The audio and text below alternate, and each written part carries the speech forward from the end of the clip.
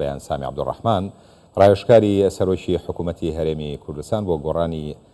کەش و هەوا و پەیوەندیەکان لەگەڵمە لە باکۆ بێگومان. هاتوو بەیانم کاتت باش. هەرێمی کوردستان چەند ساڵێکە لەم کۆنفرانسانە بەشداریەکات پاریش لە کۆپ 28 سەرۆکی هەرێمی کوردستان و سەرۆکی حکوومەتی هەرێمی کوردستان بەشدار بوون و بە گرنگ لەم بابەتی گۆڕانی کەش و هەوا لە جیهان کە پەیوەندی ڕاستەخۆی بە هەرێمی کوردستان و ناوچەکە و جیهان وەک یەک کوتلە هەیە. ئەکرێت پێمان بڵێیت ئامانجی بەشداریکردنی ئەم ساڵتان لەم کۆڕبەندە یان لەم کۆنفرانسە چییە؟ بەڵێ ڕۆژاوە بخێر، هێویدارم هون هەمە باش بن. گەلک سپاس بۆ vê دەرفەتێ. بەڵێ شاندا حکوومەتا هەرێم دۆه پشێف گەیشتە باکوو پایتەختی ئەزەربایجان و هەتا 22 مەهێ هێدی شاندێ دژیش ئێنەش هەرێمی کوردستان و وەک جەنابێ وەژی گوت ڕێزدار نەچیروان بارزانی سەرۆکی هەرێم ئەوژێ بەشدار بێتە. ئەف کۆنفرانسی کۆپ گەلە گرنگە ساڵانە هەیە و وەک گوت چەند ساڵە حکوومەتا هەرێم بەشدارت بێ و ئەف ساڵژی ئەملڤێ دەرێنە و ڕێزدار دکتۆر محەممەد شکری سەرۆکی دەستەی وەبەرهێنان ئەوژێ بەشدار بێتە و خەڵکی جیاواز چەند وەزارەتە چەند دەستگایت حکوومەت چەند ڕێکخراو بۆ نمونە ڕێکخراوە ڕەوانگە ڕێکخراوە هەزار ئەوژێ بەشدار بن نوێنەرێت زانکۆیەت کوردستانی بەشدار بن عام ئەمکارن بێژن ئەوەی بەشدار بنەش کوردستانێ سەرۆکایەتی تێن حکوومەتی هەرێم هەندێک ڕێکخراو هەندێک زانکۆ و هەندێک گەنجێت کوردستان ژیە بەشدار بن. ئەف پرەیامە تشتێکی گەلک باشە گەلک گرنگە و لازمە هەرێما کوردستان نیشاندە عالەمێ هەمی کو ئەم پابەندین ڕێکەوتنە پاریس و ئەم پابەندین کو گۆڕانە کەش و هەوا تەسیر کوردستانت کەیە و ئەم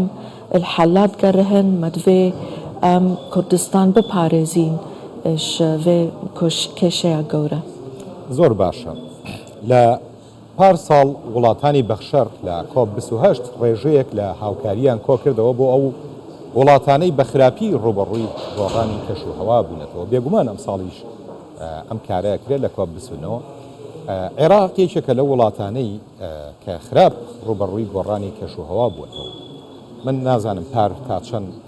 هاوکاری عێراق کرا بۆ ئەم بابەتە و هەرێمی کوردستان لەکوێی ئەو هاوکاریانە ئەبێت کە لەسەر ئاستی جیهان پێشکەشەکرێت بۆ بابەتی گۆڕانی کەش و هەوا.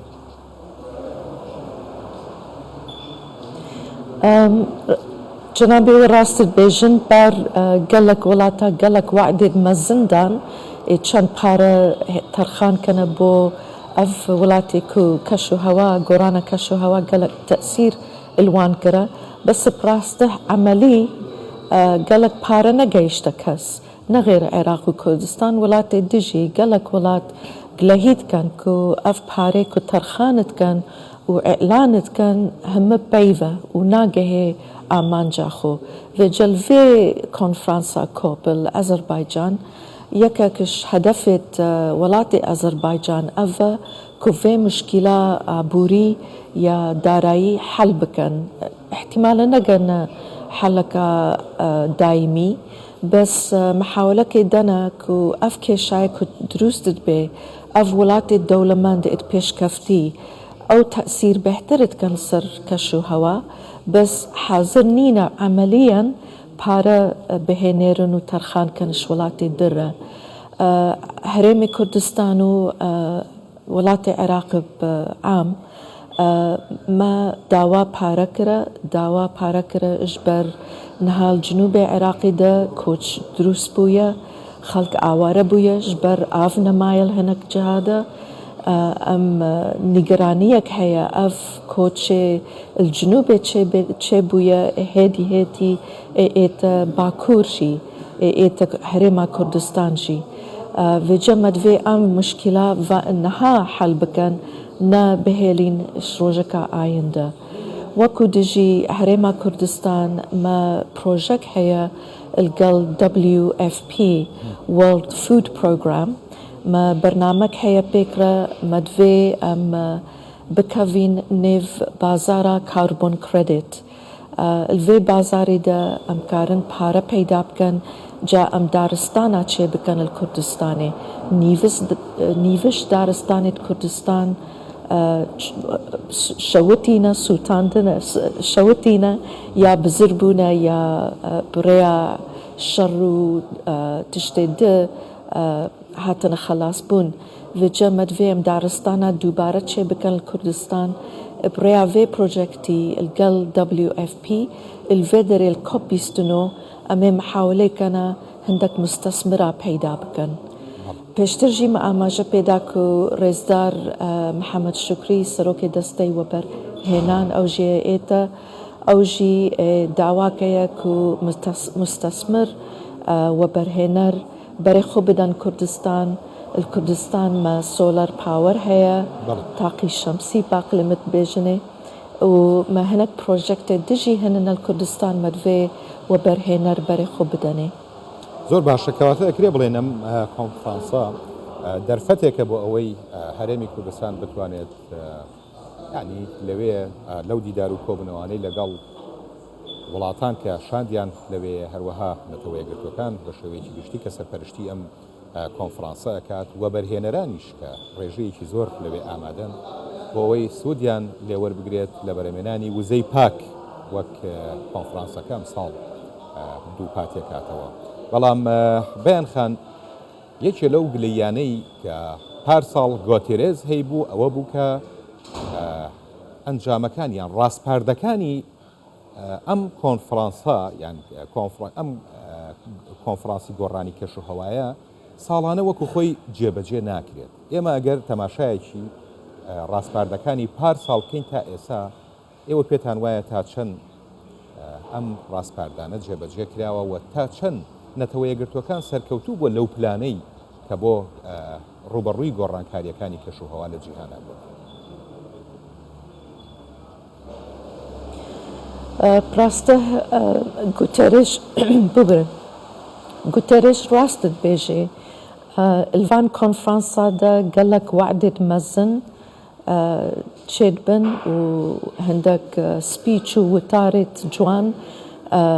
پێشکەشت کەن بەس عملیەن ئەv شغل جێبەجێ نابێ. مشکلە چییە؟ مشکلە پارەیە. ئەv وڵاتێت پێشکەفتی ئەو بهتر مشکلات چێت کەنە مشکلێت کەش و هەوا ژنگە پلوشن بهتر بدەستوانە ئەو نەت حازرن ئابووریەت وڵاتێت خۆ زەعیف بکەن و بکەنە قوربانیا ڤی هەدەفی. ئەv مشکلەکە مەزنە و لڤان کۆنفرانسادە ئەv وڵاتێت گەلک لە هیوان هەیە سەر وڵاتێت پێشکەفتی وعدێت مەزنتەن و پشرە جێبەجێ ناکەن. بەس ئەم وەک هەرێما کوردستان وەک بەشەکەش عێراق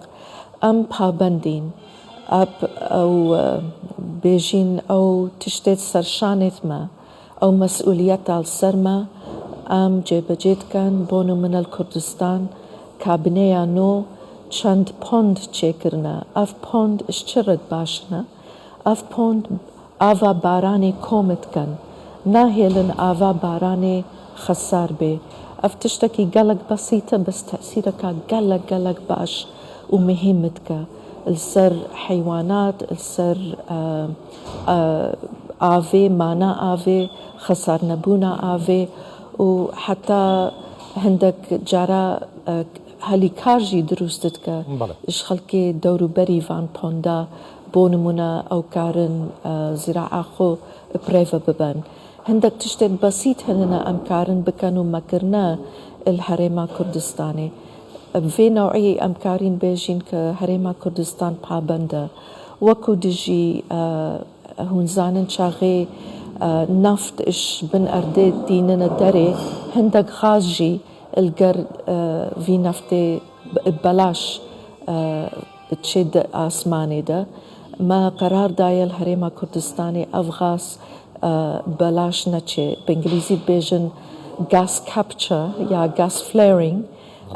هريما كردستان پابنده بفيفا هندك تشتي دجي هيا بس من عفيز قالك دريش كان زۆر باشە بەیان خان یعنی ئەبینین ناوچەی ڕۆژهەڵاتی ناوەڕاست بەگشتی بە جەنگ و ڕوبەڕووبوونەوەی یەکتری بە چەک و هوێرانکاری و زانم ینی کۆمەڵشت لە ناوچەکە ڕوەدا کە کاریگەری خراپی لەسەر بابەتی ژینگە و کەش و هەوا هەیە تا چەند پێت وایە لە کۆنفرانسی ئەمساڵ باس لە کاریگەریە نەرێنیەکانی ئەو جەنگەی لە ڕۆژهەڵاتی ناوەڕاست هەیە لەسەر کەش و هەوای ناوچەکە و جیهان هەبێت. راسته از نزانم هەگەرێ الفی کۆنفرانسی دا بەحسە کێشەیە یا شەڕێ ئیسرائیل و وڵاتی دا ئێکەنە مەوزوعەکی دووری في كونفرانسية بس أسكارم عم بيجم 100% شر تأثيرك قالك مزن السر جنجتك أم بخو أم زانن شاوى عراق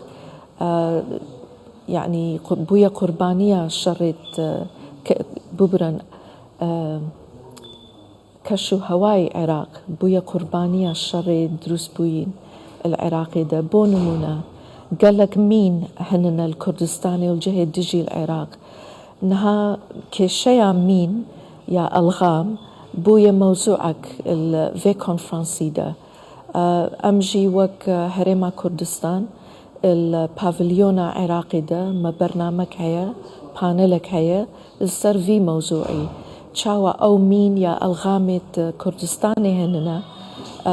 أوجي خطرك تازه في بابتي دروس بويا